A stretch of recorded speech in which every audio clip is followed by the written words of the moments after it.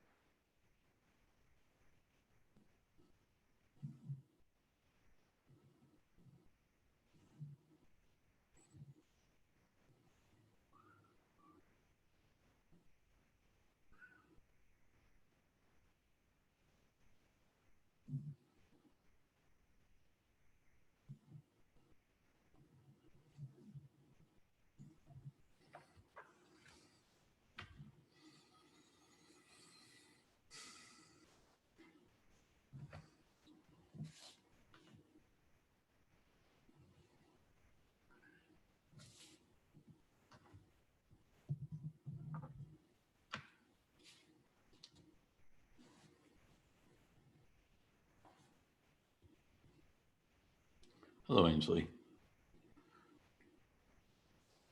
Hi, how are you? Good. How are you? I'm good. You're inside tonight. Usually you're on the road.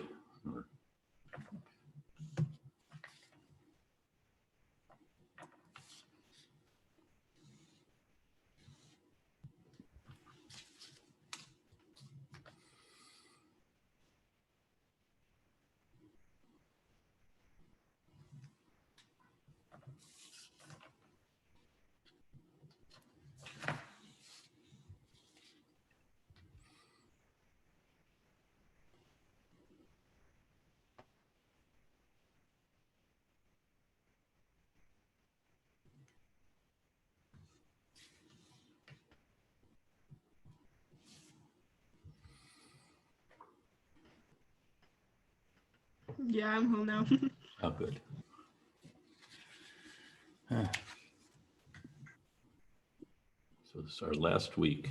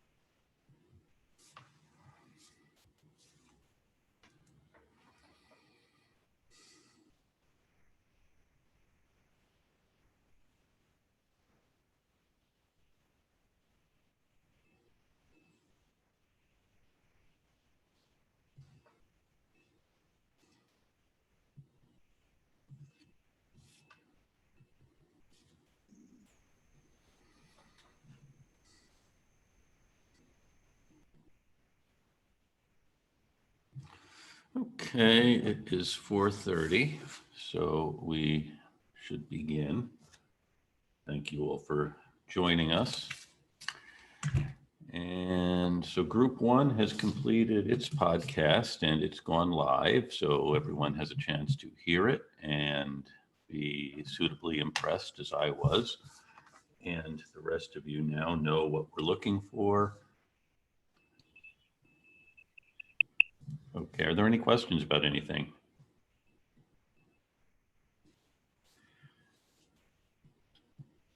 Hearing none.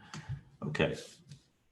So last time I was talking about Thomas Jefferson and the Revolution of 1800. He called his election a revolution, by which he meant not an overturning of something, but a returning. Remember, Jefferson was a guy of the Enlightenment and thought about the world in very much Newtonian terms. In fact, he thought Isaac Newton was one of the three greatest men who ever lived. And Newton, of course, what's Newton most famous for? Gravity.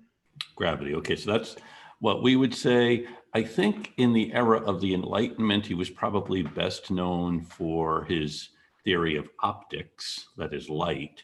But you're right, gravity is what we associate Newton with. And so, of course, we have this idea of revolutions of planets around one another. And so Jefferson saw his election as a returning to the principles of 1776. And for Jefferson, the big thing he wanted to do was pay off the national debt. And this is a very important thing. As you know, the national debt was somewhere upwards of $40 million. It had grown a bit during the Adams administration. And he asked his Secretary of the Treasury, Albert Gallatin, to calculate what it would take to pay off the interest and principal on the debt within 4 presidential administrations. And Gallatin, who was a good economist, calculated that it would take about $7.3 million per year to pay the principal and pay down the interest. This is all very important for you to keep in mind if you happen to go into debt for any reason, that if you just pay the interest, you're never going to pay off the principal and you'll always have the debt. And Jefferson wanted to eliminate the debt. And so the charge he gives to Gallatin is figure out how much it will cost. And so Gallatin figures that it will be about $7.3 million per year over 16 years to pay off the debt.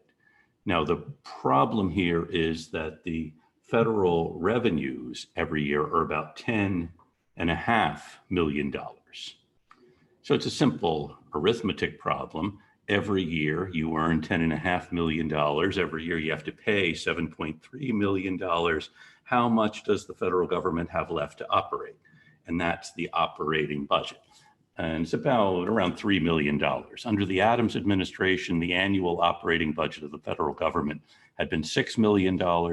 So what Jefferson has to do is cut the federal budget in half in order to apply most federal revenues to paying off the debt. Now, I should say, he's also not going to raise taxes. All federal revenues come from the tariff, or virtual 90% come from the tariff. The rest come from selling land and other things.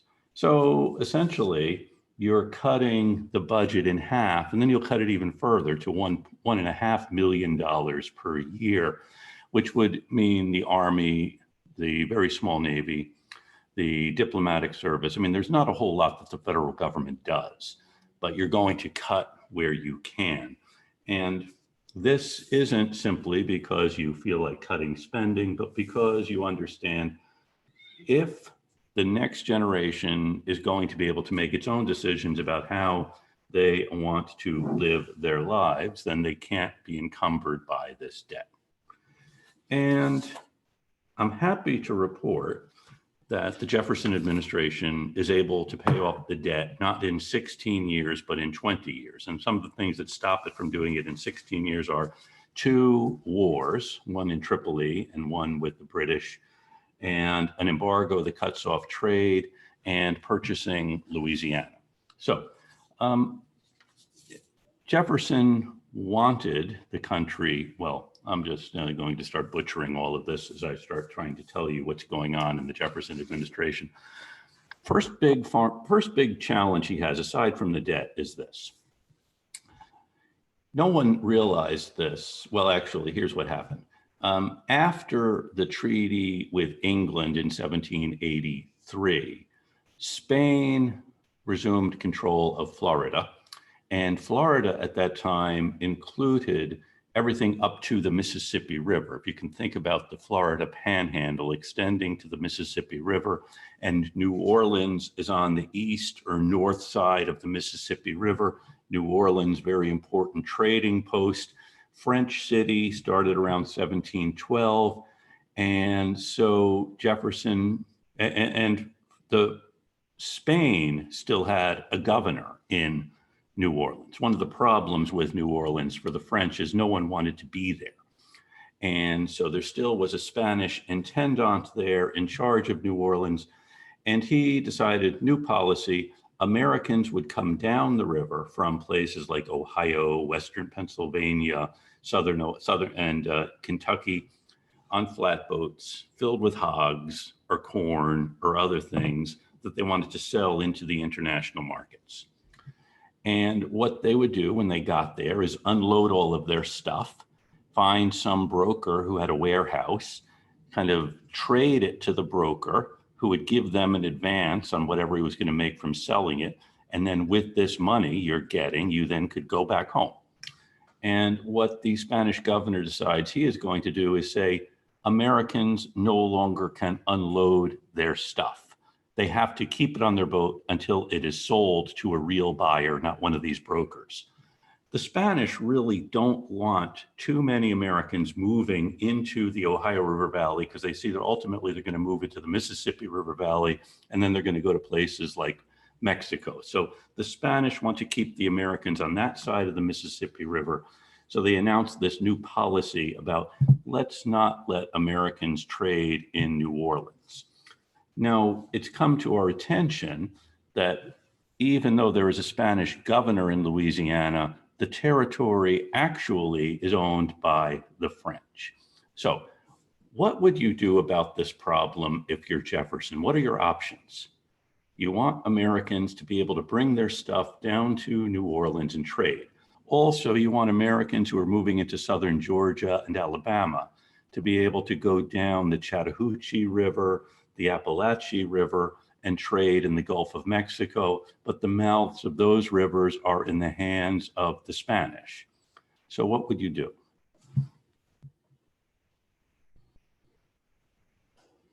What could you do?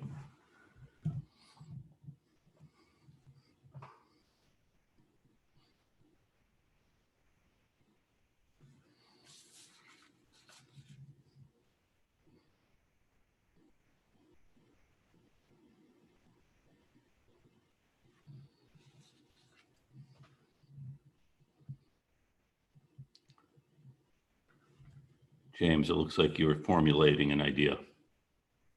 Yes. So pretty much we're just trying to, from the Spanish perspective, keep Americans out of this region. Yes. I imagine you could make it prohibitively expensive to live there. Maybe high taxes or something. If you are, so if you're Spain, or Yes. are you thinking about, okay. So my question is, what would you do if you are Jefferson? Oh gosh, sorry. No, I like the way you're thinking. You're thinking about it from their point of view.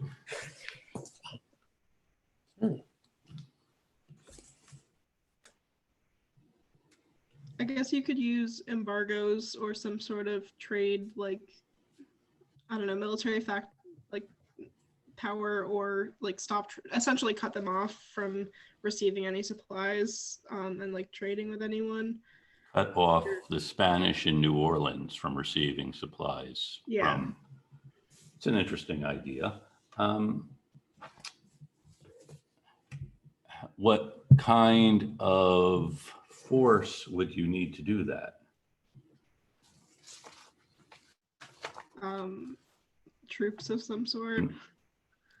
Okay, so if your strategy, though, is to cut spending, that would mean you're going to have to pay for a military force of some kind.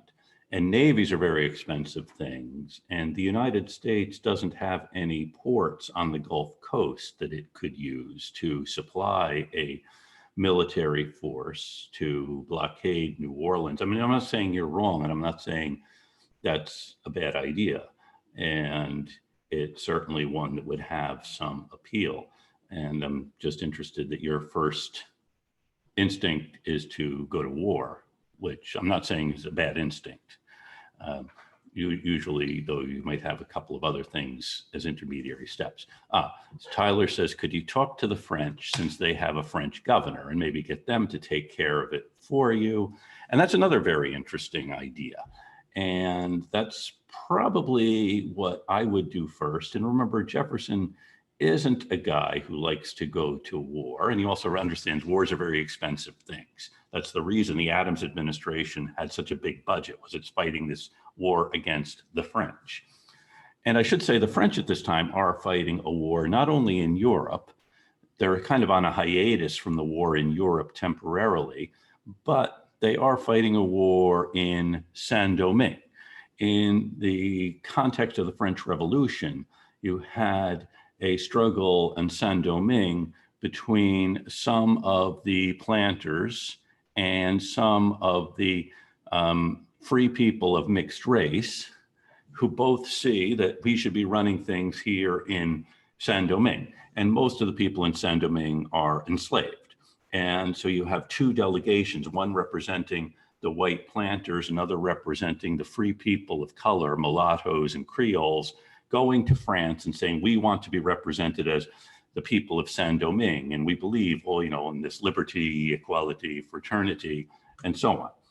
And so you have these two factions in Saint-Domingue contesting over who is in charge here. Most of the people in Saint-Domingue are enslaved. And then each of these different factions wanting to run things says, well, why don't we get the enslaved people to be on our side?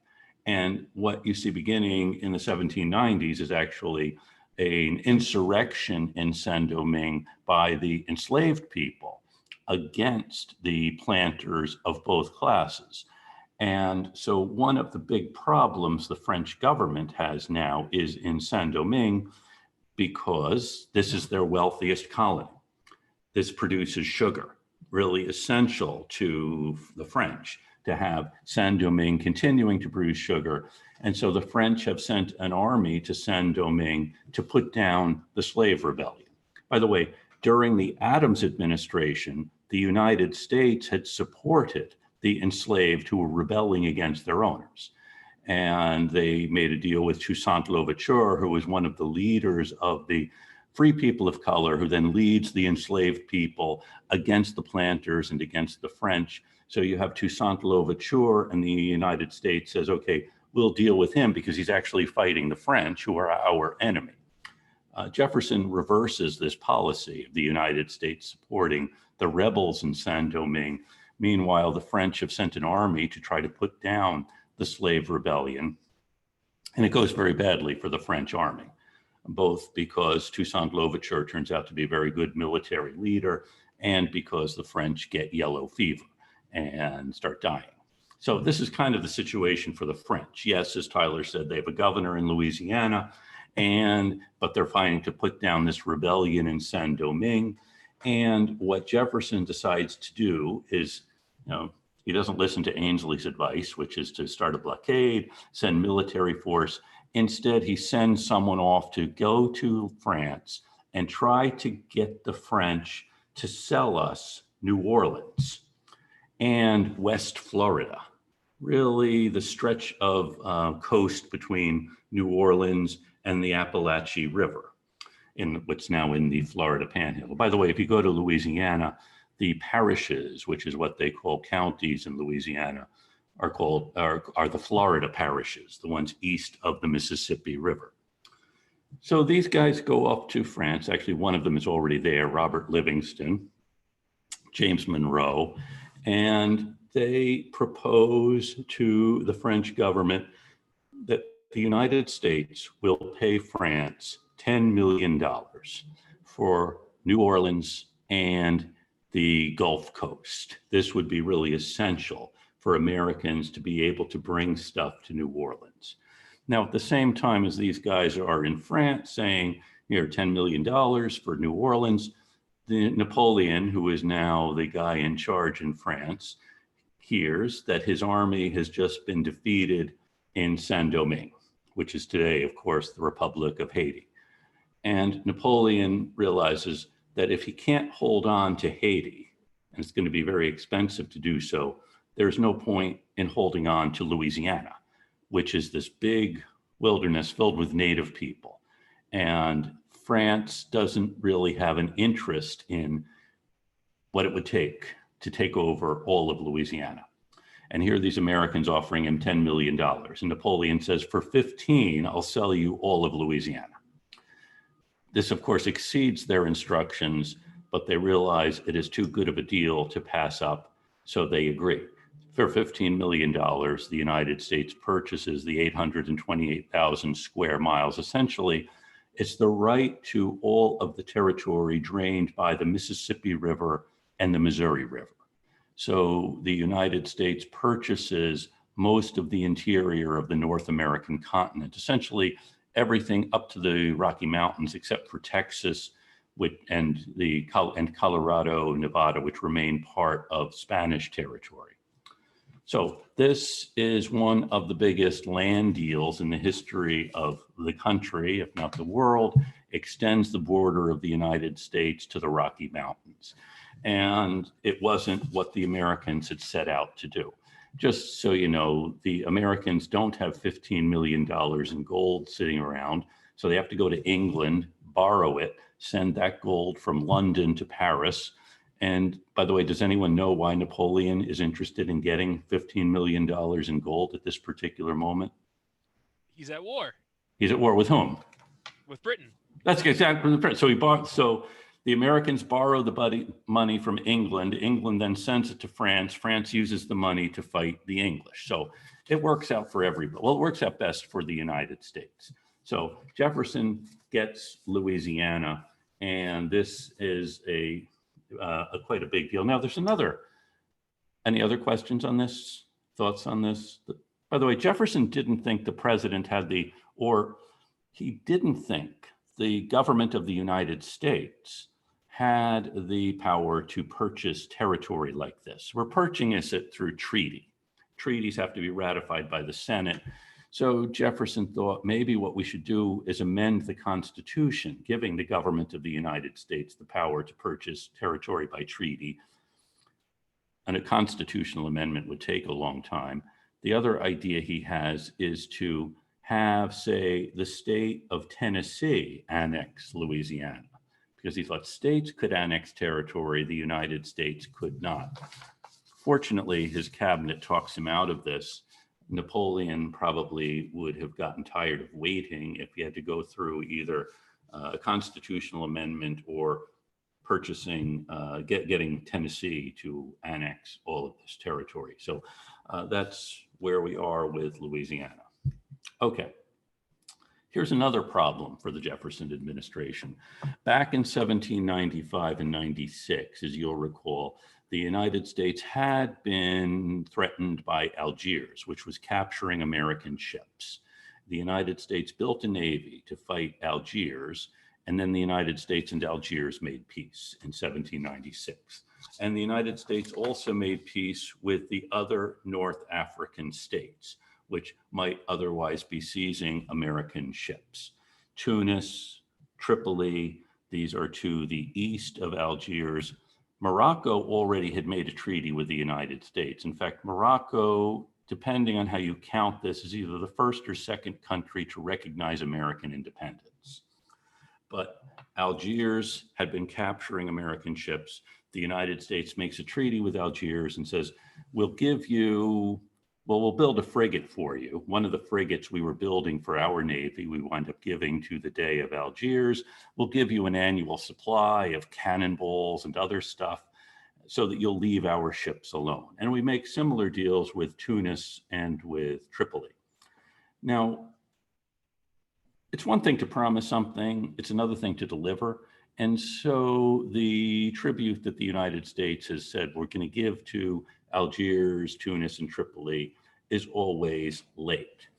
Also, the Pasha of Tripoli, a fellow named Yusuf Karamanli, gets tired of waiting. And also in the treaty that the United States had made with him, it says that Tripoli is a subsidiary of Algiers, which it isn't, to be honest. Here's another kind of interesting story for you of something that happens in 1800. As the tribute is always late coming to Algiers, the Algerians get kind of upset with this, as anyone would. And so the American consul in Algiers has to borrow money from money lenders in Algiers to help him pay the Dey whatever the United States owes. So the United States has gone into debt to people in Algiers who have money. At the same time, we were in debt to the Dey of Algiers. In 1800, the American frigate George Washington comes to Algiers, and the Dey of Algiers says, "Where's what you owe me?" And the captain of the George Washington does not have what the United States owes to Algiers. And the captain, the consul, the captain has said things like, well, you know, it's been a bad year in America. The harbors are frozen, or there's been a yellow fever outbreak. And these kinds of excuses start to wear thin. And what the Dey of Algiers says when the George Washington arrives in February of 1800 is, you owe me a lot. Therefore, you have to take my tribute to the Sultan in in Istanbul. So he essentially commandeers the USS George Washington to carry his tribute to Istanbul. And this is, there's really no choice the American captain has. The American captain is a fellow named William Bainbridge. And the country is in debt. If we don't do this, there's nearly no way out of this particular problem.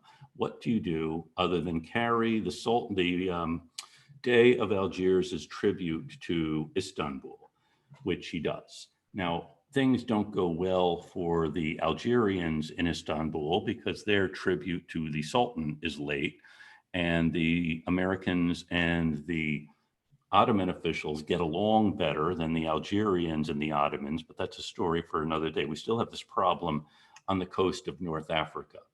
I've gotten a little away from the story as I'm telling you about Bainbridge taking the George Washington to Istanbul and delivering the Dey's tribute, which includes animals from Africa as well as people from Africa.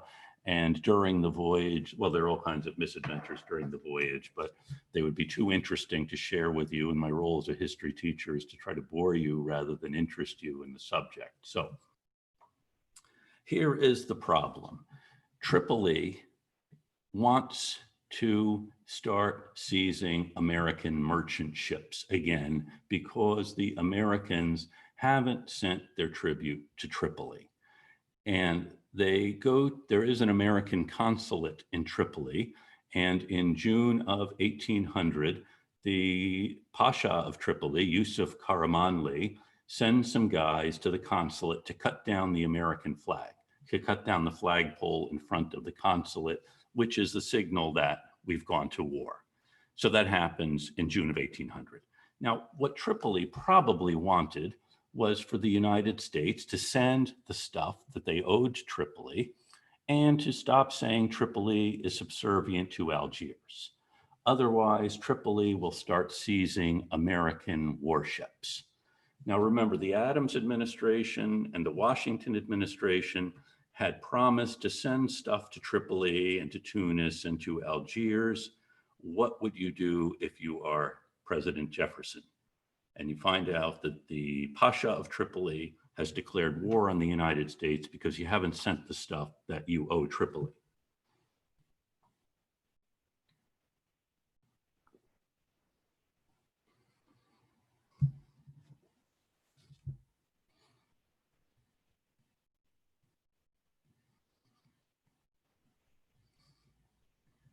Ainsley, you want to venture a guess as to what you would do, what Jefferson would do? I mean, I would assume, based on what you said earlier, that he would want to send the stuff and avoid another war because he doesn't want to be even more in debt. Well, that's an interesting perspective. And if that's what you were thinking, I have to say, this time you would be wrong. The first time you would have been right. Jefferson wants to show Tripoli what's what. Yes, James. I just had a quick question. So, I am kind of wondering, how is it that, the same people who, what a few years earlier were saying, not a penny for tribute, but, how is it that now giving tribute to Tripoli pirates is politically acceptable? I was wondering about that. That's a very good question. And I've been wondering that same thing. And of course, Jefferson and his party wondered the same thing because it was the Adams administration said millions for defense, not 1 cent for tribute, but then they're paying tribute to Tripoli, to Algiers and Tunis. So how is this different? And Jefferson really thinks that we need to show that the United States is a different kind of country. France and England have been paying off Algiers, Tripoli, Tunis for years.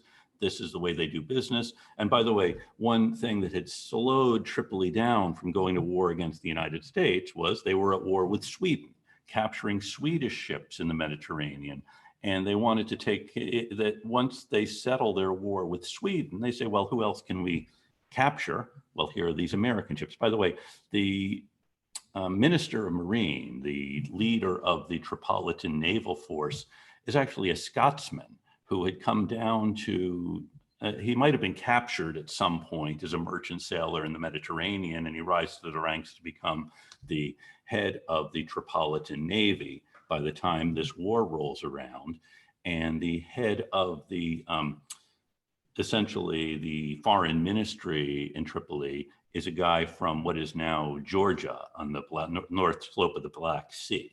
And he had come, also probably enslaved at some point, to Tripoli, but rises to the ranks, and now he is the foreign minister.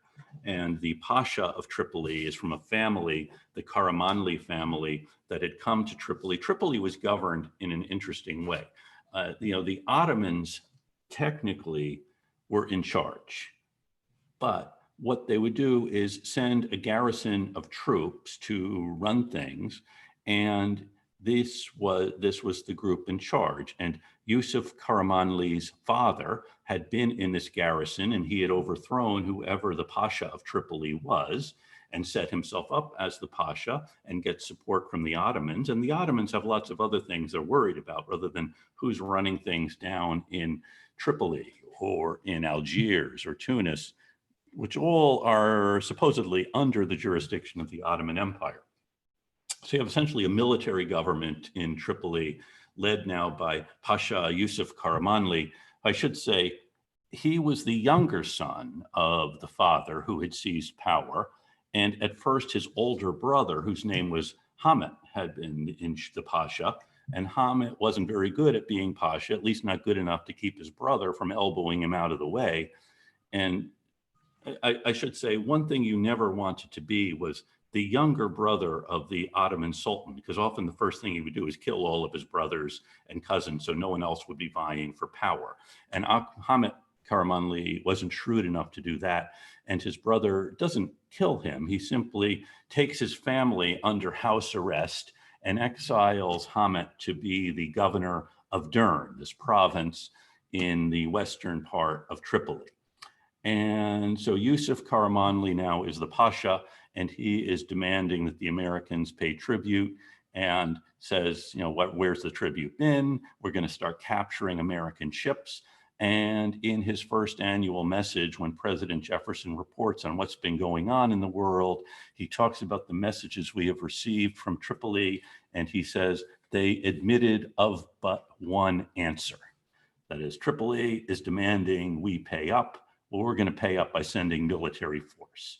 Now, Jefferson isn't going to invade Tripoli. What he is going to do is send a couple of ships to the Mediterranean, telling them, blockade Tripoli if you can, and find other powers to cooperate with you. That is to join in a blockade of Tripoli. That is, he sends the fleet, the ships, before he knows that Sweden has made peace. He thinks the states of Italy might support this, or Portugal. That is, find other allies in this, create a multinational force.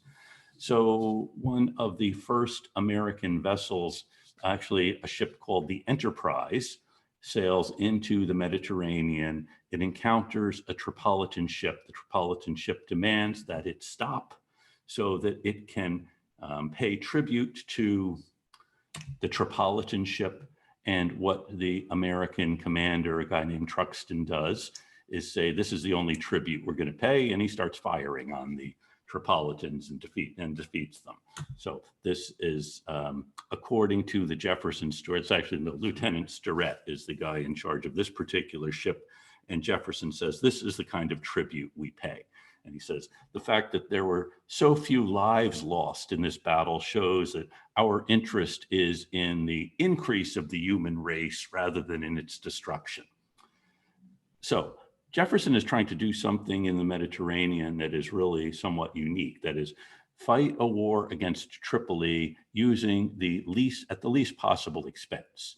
So we're going to send one frigate and maybe one or two smaller vessels to blockade Tripoli.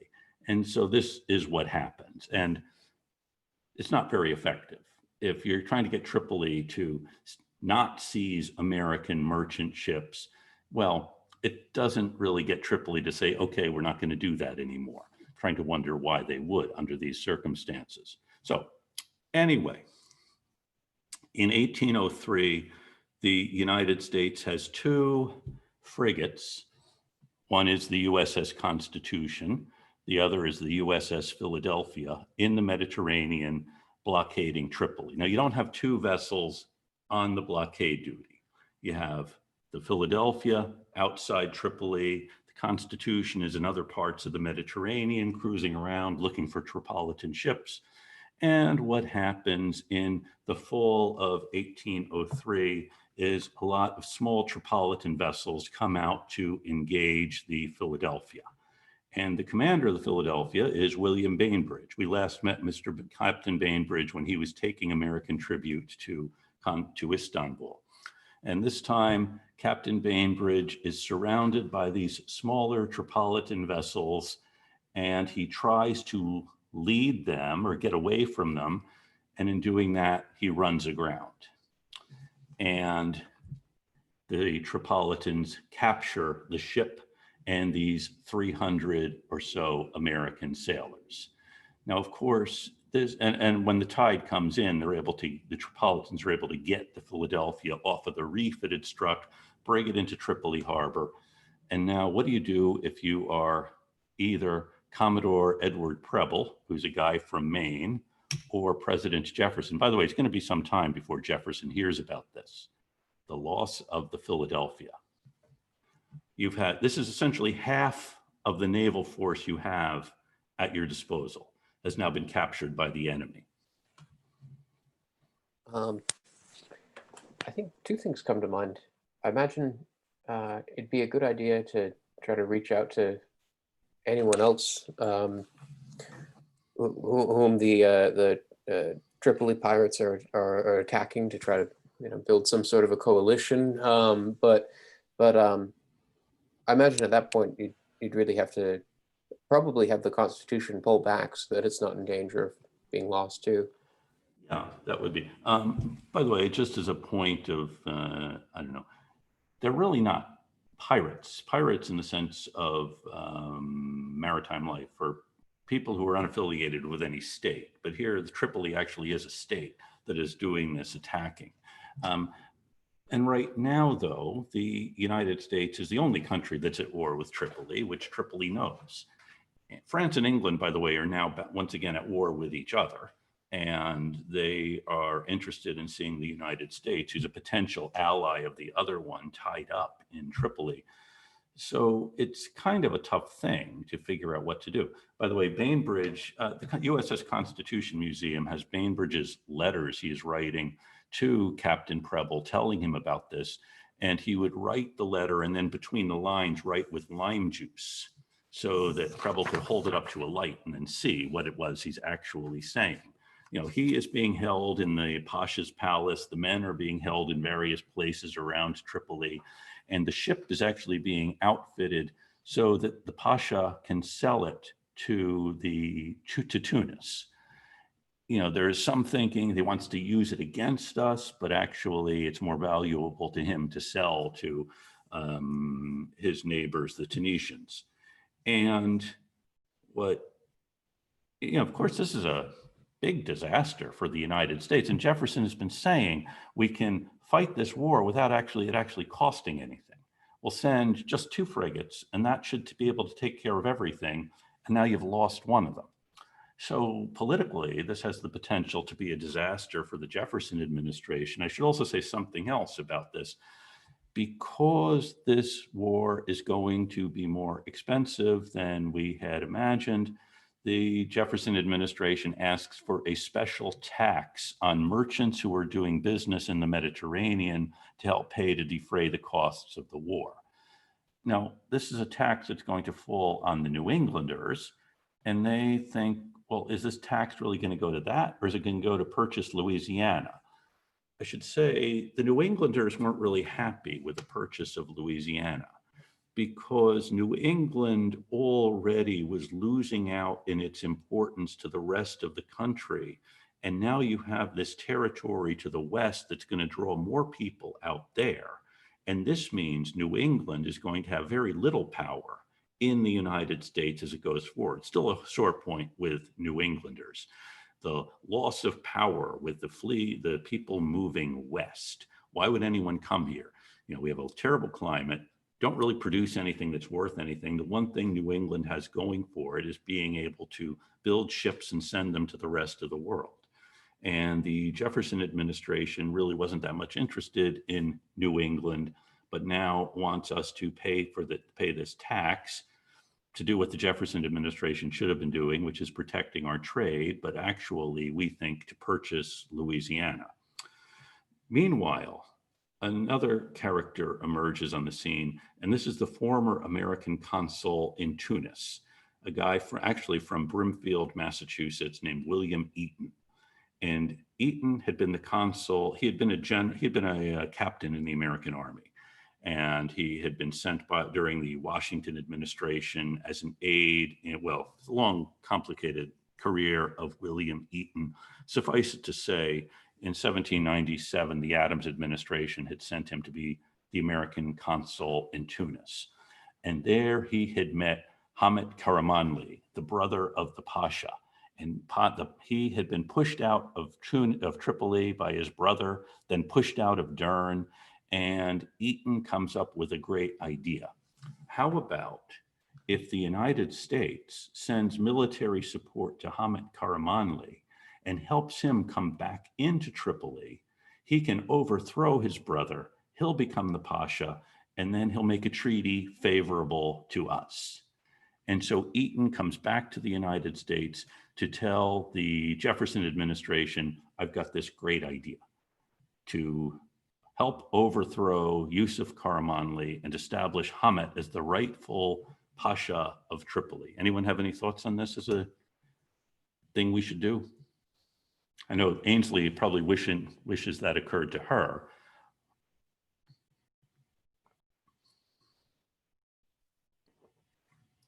I imagine if it works out, it would be pretty good, but it would probably endanger any kind of future negotiations. Like it'd sort of be doubling down on war if it didn't work out.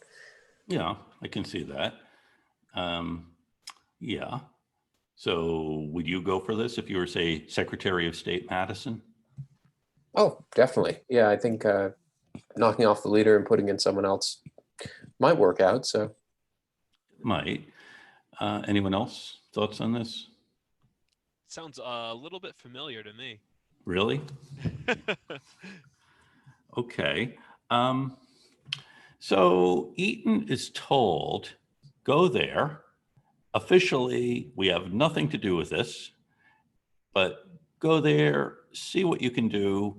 And so he has to go track down, the Navy takes him back to the Mediterranean, He has to go to Egypt to find Hamid Karamanli, and he does track down, he and a handful of Marines track down Hamid Karamanli in Egypt, and then they assemble an army. And from Egypt, they start marching across the northern part of Egypt and Libya to the city of Dern, which Hamid Karamanli once had governed back before he was kicked out by his brother, and his family now being held as his brother's prisoners in Tripoli. And so the idea is we're fighting against Yusuf Karamanli, therefore we know he's a bad guy. And once the people of Tripoli see there is an alternative to the bad guy, they'll rally to his support. And so Yusuf Karamanli will be overthrown by an uprising of the Tripolitan people against his oppressive regime. That's kind of the idea that Eaton has when he's dropped off in Egypt.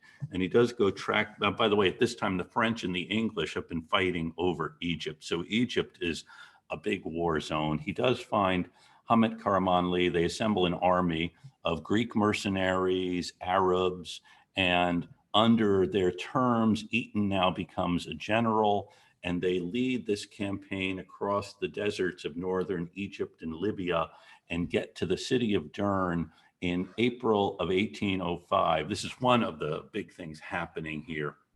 I've kind of gotten ahead of the story because I wanted to tell you what happened to the Philadelphia in February of 1804. One of the lieutenants on under Preble's command has this idea: how about if we have an expedition that goes into Tripoli harbor and destroys the Philadelphia? So in order to do that, the Americans had captured a Tripolitan vessel, which they disguise as a merchant vessel, and 70 guys get on this vessel, and then they get to the coast of Tripoli. Preble is hanging out in Sicily at this time. Sicily has become the base of American operations.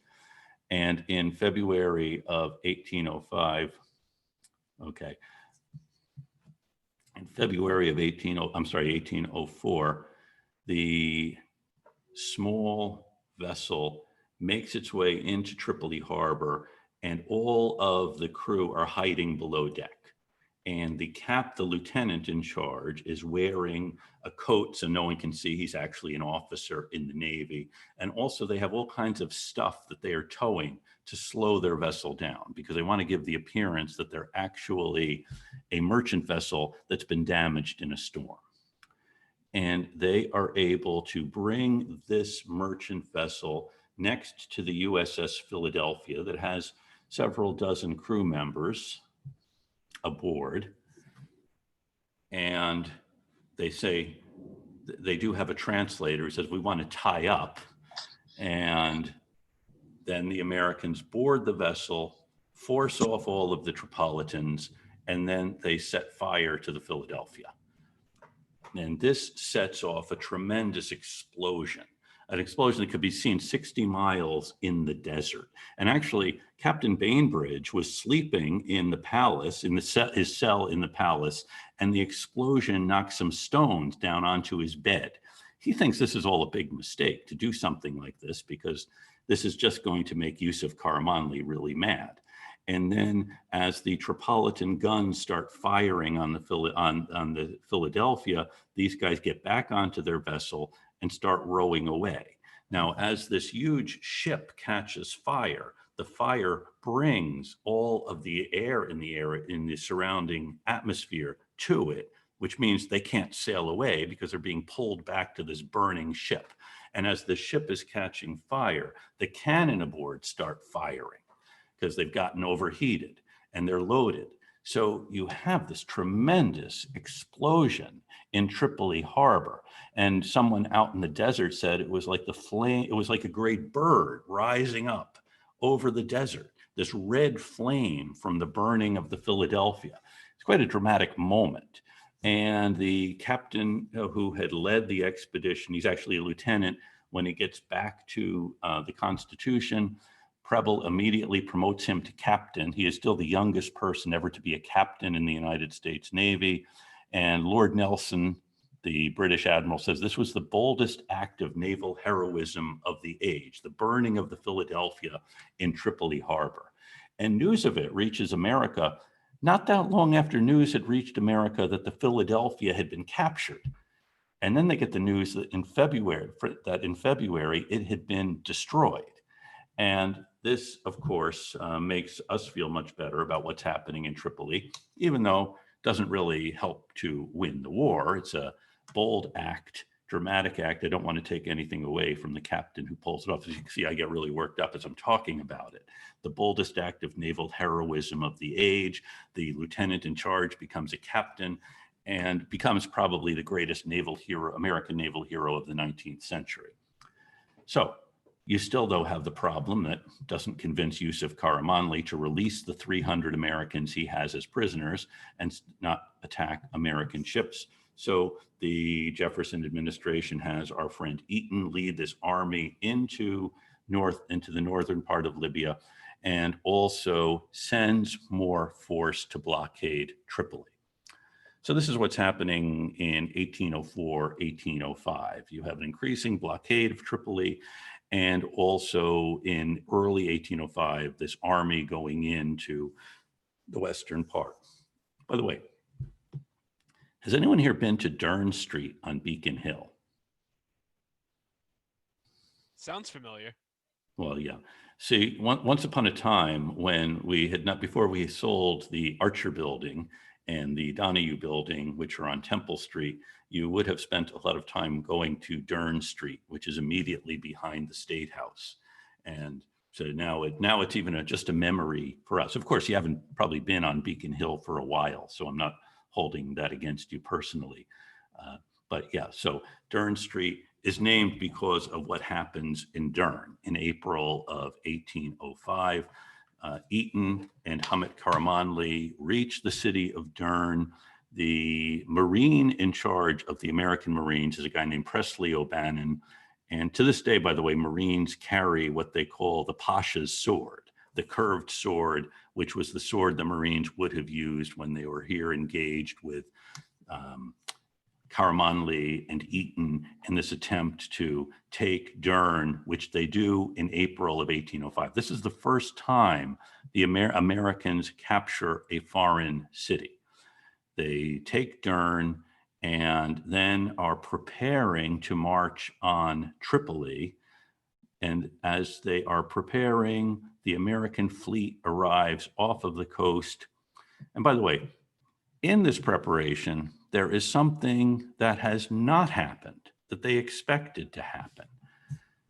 Does anyone know what did not happen when they brought Hamid Karamanli into Dern, hoping that the people of Tripoli would rise up in support of their rightful Pasha and overthrow the tyrant and usurper Yusuf, his younger brother? That Did didn't no happen. one rise up? No one rose up, right. So what kind of a revolution is this if the people of Tripoli aren't going to rise up? I mean, there's a reason that Hamid had been pushed out by his brother. He just wasn't very effective. And so the people of Tripoli don't rise up. And the American fleet arrives off of the coast of Dern, and Eaton thinks these are our reinforcements. But instead, they have brought news that in Tripoli, Yusuf Karamanli and the American negotiators have agreed to a peace treaty. In fact, the peace treaty is negotiated on the USS Constitution. And as the peace treaty is being worked out, the Constitution's carpenter is making a new flagpole for the American consulate. And Yusuf is going to release all of the American prisoners, and the Americans are going to stop blockading Tripoli. At the moment, Yusuf Karamanli has other things to worry about than the Americans. That is, the blockade has hurt the economy a bit. More importantly, in the southern part of what is today Libya, there was an uprising by Islamic fundamentalists against his rule. And so he needs to suppress this uprising of Islamic fundamentalists. And so in order to do that, he needs to stop this war with the Americans. So he agrees to peace with the Americans. And this is the news that the American fleet brings. We're here to take the Americans out and leave Hamid and the rest to whatever happens to them. So the United States in 1805 makes peace with Tripoli, and Tripoli agrees we're not going to capture any more American ships. And also, you don't need to pay us anything. We're going to dispense with that whole idea that every year you owe us something, because they saw actually they're not going to get anything, even if the Americans do promise it. So the Americans have made peace in the Mediterranean using a relatively small military force. And this resolves one of the big foreign policy problems for the Jefferson administration. Although 2 years later, Algiers declares war on the United States again, and this is going to be resolved a little bit later. Okay, are there any questions on this? I feel like I've given you a lot of contradictory things to think about. Yes, Ainsley. So were the Tripolis able to maintain their the strategy of charging nations with other countries? Because I feel like once the United States had proved that that you could, I mean, you'd have to go to war and resolve it, but the fact that they didn't go on instating the charge would show other countries hey, you don't have to be paying them either. You just have to be willing to, go through a war. Exactly. Yes, that is essentially what happens. Algiers goes to war, declares war on the United States in 1807, actually instigated by the English, because at this time, both England and France are at war with each other. And each one sees that the United States is trading with the other.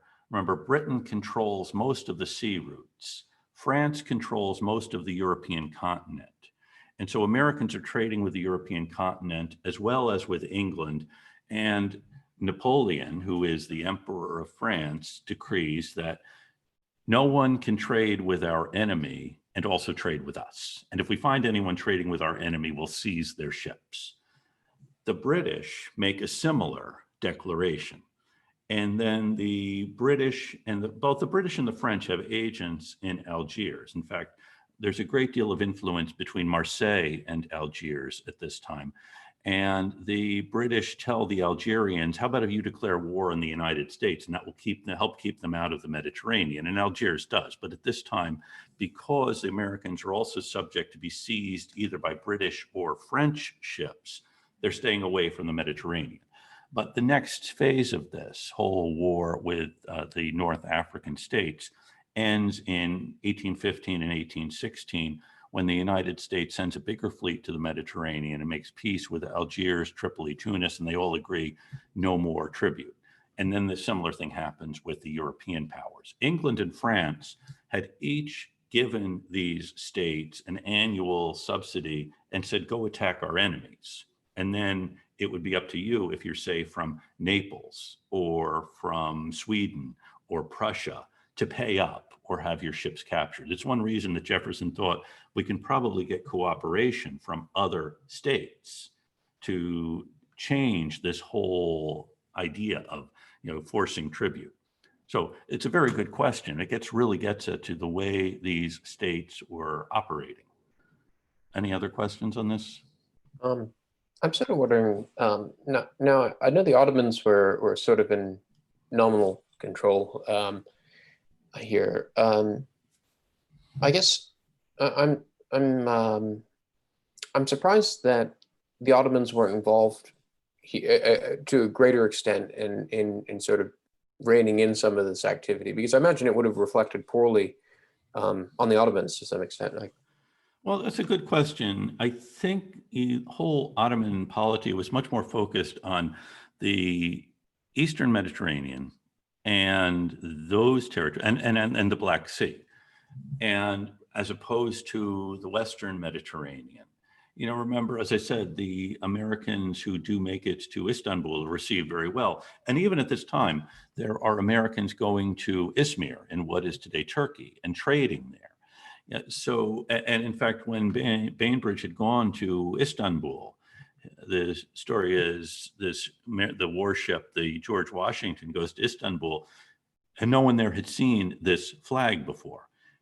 And the portmaster asks him, where are you from? And they say, the United States. They say, well, where is that? They say, well, it's America. Well, where is that?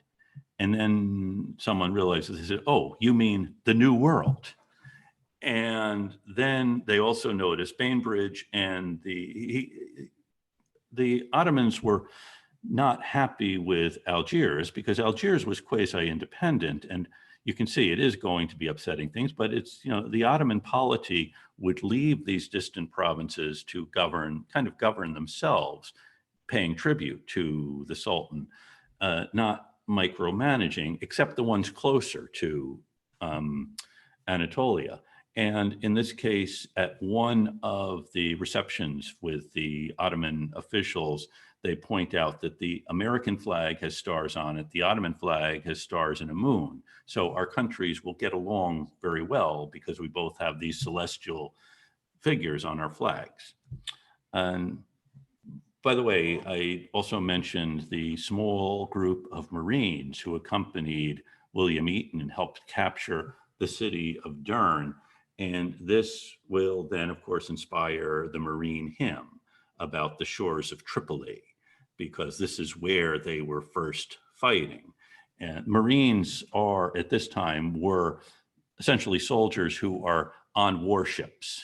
And they are the ones, if there's any land fighting, they will do. They'll also be sharpshooters during naval battles.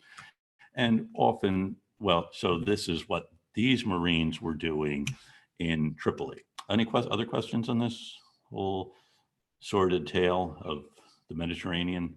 I was actually going to just ask that, Professor, about the Marine hymn. Yes. You beat me to it. Yeah, and it was a different verse before the Mexican War in the 1840s, because the Marines hadn't yet been to the halls of Montezuma, but they certainly had been to the shores of Tripoli. And so the war ends in 1805. And let's see, here's another kind of dilemma for the Jefferson administration. We'll turn our attention back to Louisiana. And President Jefferson, back in 1800, as you'll recall, in the presidential election, both Jefferson and Aaron Burr got 73 electoral votes, and their Congress then had to decide between them. And Aaron Burr didn't say that, hey, I was only running for vice president. He thought if Congress gets to choose the president, and why not? Now, this, of course, means that when Jefferson is going to be running for re-election in 1804, he's probably not going to ask Aaron Burr to run with him. And also another thing that happens as a result of this election of 1800 is a constitutional amendment that says each elector will vote for a candidate for president and a candidate for vice president. The Federalists think this is really a bad idea because they think someone will be added to the ticket as vice president just to deliver certain electoral votes to the presidential ticket. It won't be someone there because we think this person should be president. So this is a change. This is the 12th Amendment to the Constitution, making the vice president someone who's elected as vice president. And by the way, this is the last constitutional amendment until 1865. So it's going to be a long time before the Constitution is amended again. And then, of course, in 1804, President Jefferson does not ask Aaron Burr to be his running mate again. And in fact, Burr hadn't really had anything to do with the administration. He presided over the Senate. And he also sees an opportunity because the United States has just acquired this huge territory out in the West. And the United States has sent, Jefferson and the Congress create a government for the Louisiana territory that has a governor who's actually a military officer, and the governor appoints a council who will advise the governor, and that's essentially the government. It's not, they're not creating a legislature that the people of Louisiana can elect. This is a huge territory encompassing lots of different people. There's a significant number of people in the area along the lower Mississippi River, mainly French and enslaved people, and then also up in St. Louis, and the rest of the people in the territory are Native Americans. So you have an area we really haven't quite gotten a handle on, and you have this General James Wilkinson is the guy in charge. And Wilkinson, it's also of great interest, as you'll recall from the way we began, to Spain, that the Americans not get too much of a foothold in this area. So our friend Wilkinson is actually getting an annual retainer from the Spanish government. to make sure he is not that unhappy with Spain.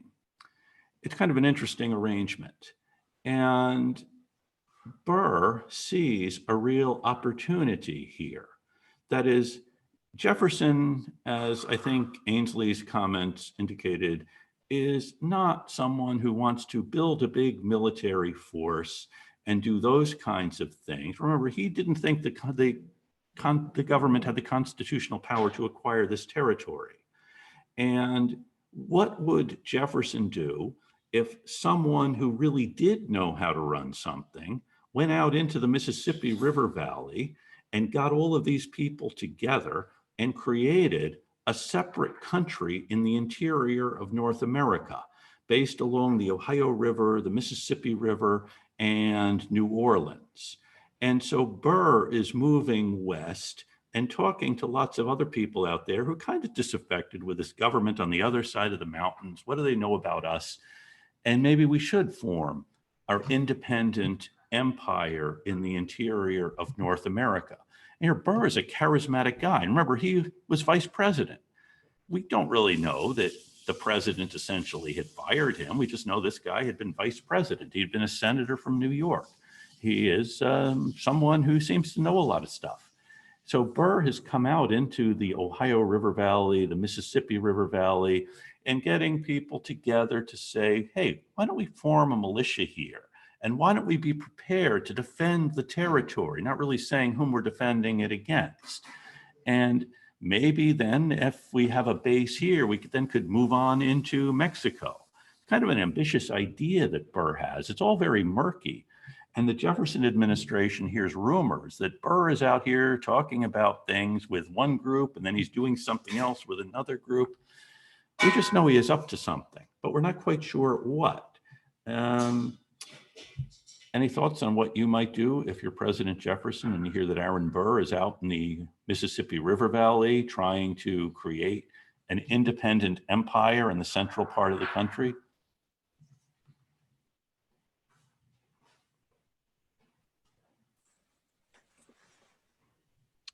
Maybe ask him about it. Ask him about it. Yeah, well, he says, I already told you what I'm doing out here. I'm trying to strengthen the area. And hopefully, and then maybe I might raise an army to go invade Mexico. And he will say, I already told the president all about this. He knows what I'm doing. We're raising an army, not, of course, to create an independent empire here, but to invade Mexico and take it away from Spain and add it to the United States. One thing you should know about Aaron Burr is he's not necessarily hostile to the truth. He's maybe so protective of it that he never really shares it. So we're really not quite sure what it is Burr is up to. And okay, you have Jefferson and Burr saying, well, yeah, we talked, but apparently they misunderstood each other. Jefferson's not going to say, no, that's not what I heard at all, because he's not going to get into an argument with Aaron Burr about this. And ultimately, and by the way, Jefferson does ask Secretary of State Madison, who knows a bit about how the Constitution works, to look into this, because we've gotten reports from the governor of Kentucky that Aaron Burr is out here committing treasonous acts. Well, what are the treasonous acts? Well, he's been talking to one group about stockpiling weapons on an island in the Ohio River. He's talking to another group about possibly forming a militia. He hasn't actually said, why don't we take these weapons, put them together with a militia, and overthrow the government of the United States? It's all of these different pieces. Now, can anyone think of a crime is there a crime in this?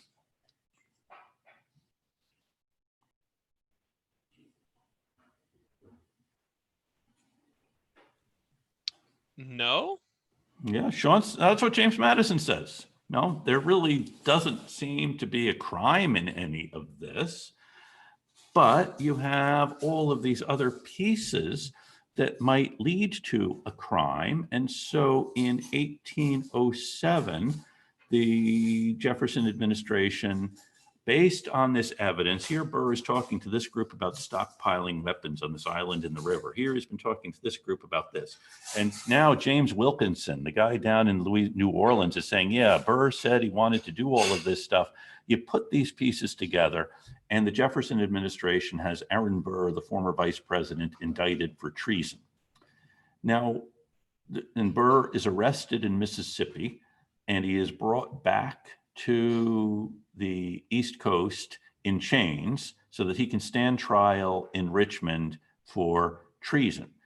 Now, a couple of really important, not a lot of really important things about the trial of Aaron Burr. One is treason is the only crime which the Constitution defines. One reason James Madison was so wary about prosecuting Burr for it. Does anyone know what the definition of treason is according to the Constitution? So treason against the United States shall consist in levying war against them or giving aid and comfort to their enemies. Has Aaron Burr levied war against the United States? He has not. No. Has he given aid and comfort to enemies of the United States? He has not. No. Okay. Now, conviction for treason can only rest on two things. One is confession in open court. That is, they don't want someone taken back behind the scenes and beaten into a confession. Two, testimony by two witnesses to the same overt act.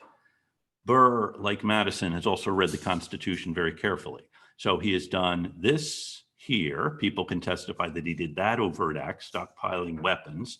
Over here, he's talked about raising a militia. People can testify to that. But no one can talk about the same act, which constitutes treason, which is and the other problem here at the trial, well, there are two problems. One, the presiding judge is John Marshall, the Chief Justice.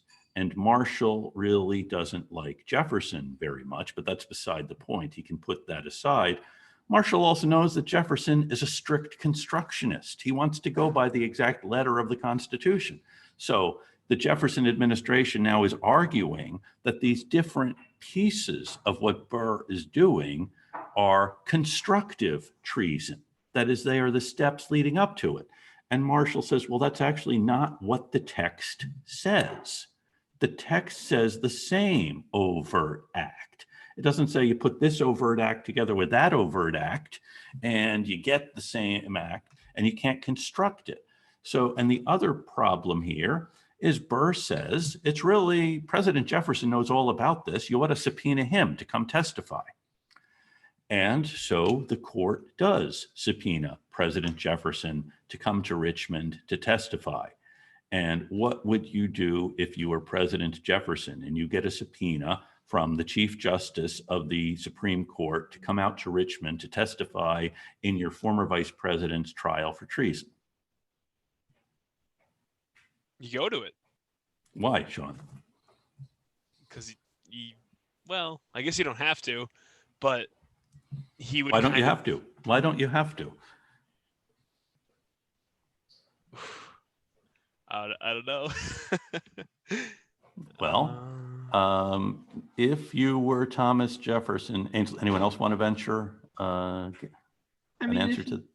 If he just doesn't want to deal with it, he could pardon Burr, and then it would be over, and he wouldn't have to go. Well, he doesn't want to pardon Burr. He's prosecuting Burr. Remember, he wants to prosecute Burr, have him charged with treason. By the way, does anyone know what the penalty for treason is? Death. Death, yeah. So we're going to put this guy on trial for treason and then execute him. And that way you won't have Aaron Burr to worry about anymore. But if you are President Jefferson, no, you're not going to answer this subpoena because the president does not have to answer subpoenas. The question here is, who is going to make him, or else what? So Chief Justice Marshall says, you should have to come out here and testify. And Jefferson says the president has a lot of other things to do. He's worrying about 3 million people. He can't be called into court every time someone says the president's testimony may be useful to him. And by the way, this becomes the standard for the next almost 200 years, that presidents would not respond to subpoenas. The court never says the president doesn't have to, but the courts recognize we can't make him. And the president does give a deposition where he essentially says Burr is wrong. And what happens is the court finds that Burr is not guilty because the government has not proven that he has committed treason. So that's a couple of big outcomes from this. But you can imagine what the consequences would have been had Burr been found guilty. Anytime someone runs afoul of the administration, which, believe it or not, does happen, people who are part of an administration sometimes lose affection for it. They'd be put on trial for treason and executed. It would have been a very dangerous precedent. So Burr is acquitted. Now, while Burr's trial is going on, one more thing to tell you about. The frigate Chesapeake, one of the few frigates in the American fleet, is going back to the Mediterranean to patrol. This is in 1807. And off of the coast of Virginia, the British ship Leopard stops it. And the British insist that there are a lot of British deserters on American ships, on American merchant ships, and on American warships.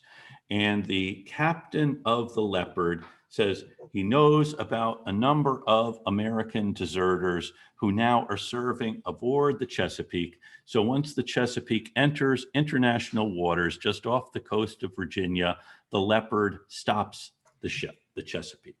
Now, the Chesapeake was expecting, hey, we're going to sail off to the Mediterranean, and that's when we really have to worry about being prepared to do anything. Now, suddenly you have this British frigate stopping us, and we don't have any of the guns ready. In fact, a lot of the luggage of some passengers is still on top of the guns. And now the British commander orders them to stop. A British lieutenant, the Chesapeake doesn't stop quickly enough, and so the Leopard opens fire. And in the fire kills 7 sailors. And before it is over, one American sailor manages to get a coal, runs to one of the guns and fires it just as the officers on the deck are taking down the American flag and putting up the white flag. So the Chesapeake is essentially surrendering to the British off the coast of Virginia. And then a British party comes aboard. The commander, James Barron, offers his sword to the, I forgot to mention the hero of Tripoli. The guy who destroyed the Philadelphia was Stephen Decatur. Okay, I was trying to keep his name out of it, but I want you to remember that name. James Barron is the commander. I've told you about every other guy who botches things. Why didn't I give you the name of the guy who does something right? I apologize to that. I apologize to all of you who do things right. So Barron tries to surrender the ship, and he is told, we're not interested in the ship. We just want you to muster the crew so we can pick out the deserters.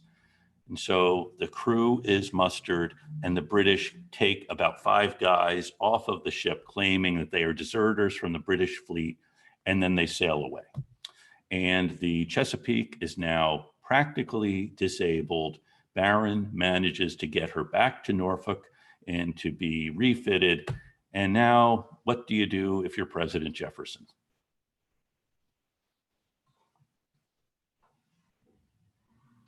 You asked the British, what's going on? What's up? Yeah, how come you're doing that? Yeah, I suppose. And what do you think they'll say? What are you going to do about it? Yeah, because they've already told you what's up. We're going to capture your ships and take off deserters off your coast. So the next question is, what are you going to do about it? Gonna tell them to stop. Yeah, okay. And the problem is the British are capturing American merchant ships because they're trading with France. The French are capturing American merchant ships because they're trading with Britain. And now the British are stopping American warships off of the coast of the United States. And the United States should tell them to stop. But then the question becomes, or else what? What can the United States do about Great Britain, which has at this time about 1,000 ships in her fleet? The United States has about 8 ships in her fleet.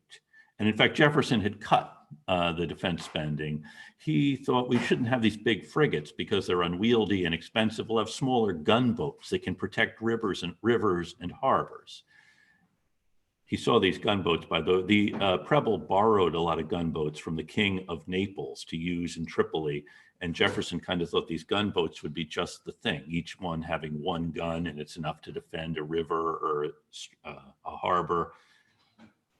Smaller, less expensive. Remember, Jefferson liked economy in government. Now, what do you do when England is stopping your ships off of your coast and taking the sailors off of your ships? What year is this? This is 1807. You stop trading with England? Okay, you could stop trading. I see our time is up regrettably. We'll have to wait until Wednesday to figure out what we can do about this so that the United States is not a dependency of Britain. We've kind of seen we're not going to be a dependency of Tripoli. We're not going to have Aaron Burr taking the West off, but what to do about Great Britain and France. Okay, so I'll see you on Wednesday. Thank you. Thank you. Thank you.